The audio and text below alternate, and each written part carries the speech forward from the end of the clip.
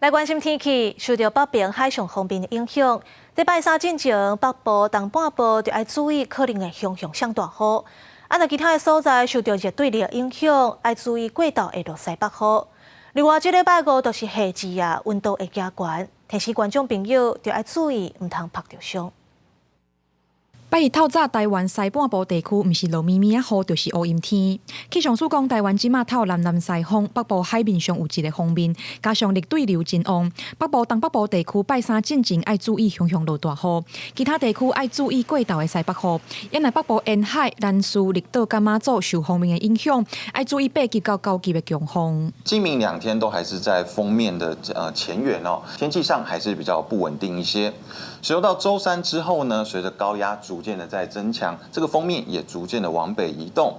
那可以是周四一直到假日这一段时间，天气上呢会越来越稳定。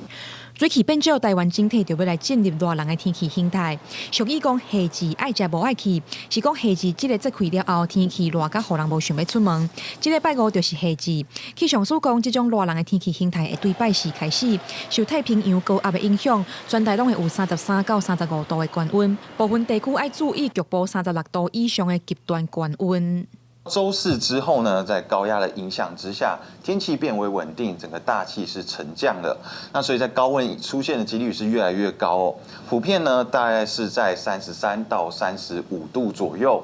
那局部温度像是在大台北盆地、中南部的近山区及花东纵谷，可能都会有极端高温的出现。另外，台东前几天出现超过40度的高温，佮透烧风，气象署嘛提醒，拜一、拜二东南部地区也是有可能发生烧风，民众要注意。整体来看，拜四了后，全台会开始升高温，提醒民众风拍工具就要穿好。记者柯山谢桂林台北报道。